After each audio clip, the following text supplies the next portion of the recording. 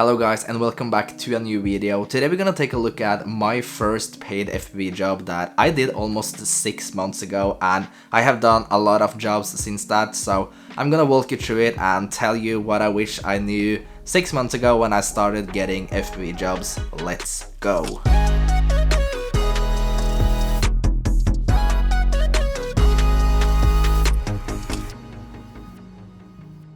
So as I said in the intro of this video, I've been doing a lot of commercial FPV the last 6 months, and if you stick around, I'm gonna show you some tips and tricks that I really wished I knew when I was starting out, and hopefully it will help you to land your first or land more clients for commercial FPV. So I'm not gonna show you the final result of this video because I don't think that's interesting, because I spent a lot of time getting rid of my faults and my mistakes during that shoot. So I'm just gonna show you the real steadied version. That's the only thing I have on my MacBook right now, so I think anyways, it's gonna be interesting because I will still walk you through how I would fly and how I will plan out this shoot differently. So let's just kickstart this with 3 fast but simple and really important tips. So the first tip is gonna be that you have to be realistic with yourself and the clients when you're planning out a shoot. Don't promise your clients a lot of stuff that you can't keep, because that's just gonna result in a disappointed client and you don't want that. And the second quick tip before we get started with watching the video is that you gotta follow the rules. And that's something that might sound obvious, but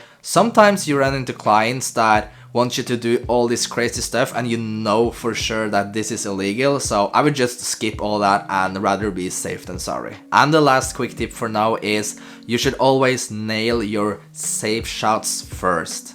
And when I say safe shots, I always fly the safest routes first, just to be sure that I have the shots I needed before trying to do crazy stuff. And as some of you might have seen, I crashed into an ice climber once and totally wrecked one of my ProTech 35s, but I had a spare one and a spare GoPro. But for some of you that doesn't have 2 sets of drones and GoPros, it might be super critical if you end up breaking some of this in the middle of a shoot, so get all the safe shots first and then jump over to the crazy stuff. But that's enough talking for now. Let me jump over to the computer and I'm gonna show you how I would shot this differently if I shot this today.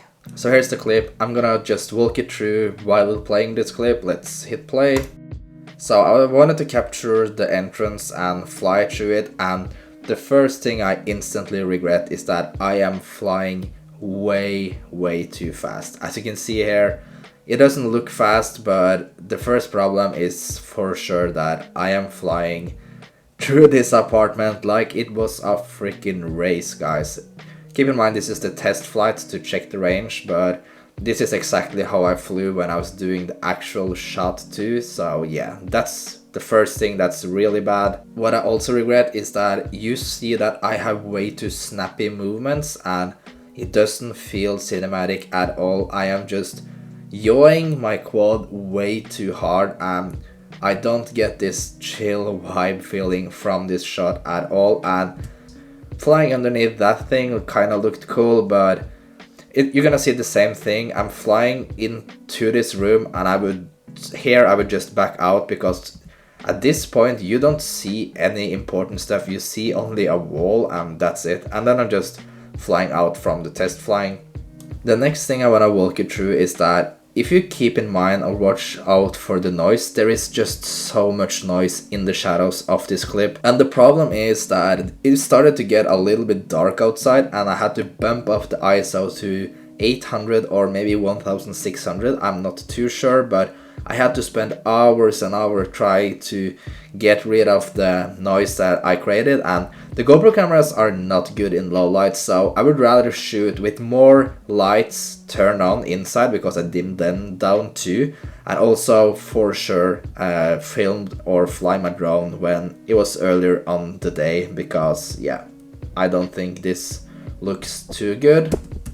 And the last thing I want to mention before moving on is that you want to include all the rooms in the apartment or the house that you're filming, because I had a client that he came up to me after a shoot and he was like, you only showcased one of the bedrooms and there were 3 bedrooms. And in my mind I was thinking like I didn't include them because they were just small, but it's obvious that they might wanting to include all of them. So for sure you should keep in mind and include all the rooms if there's not too small to fly a drone in it. So that was a quick video on what I would have done differently if I did that shoot today, and if you're interested in seeing more videos like this, I will for sure make them. Just leave a comment, and until next time, keep flying and I'll see you guys.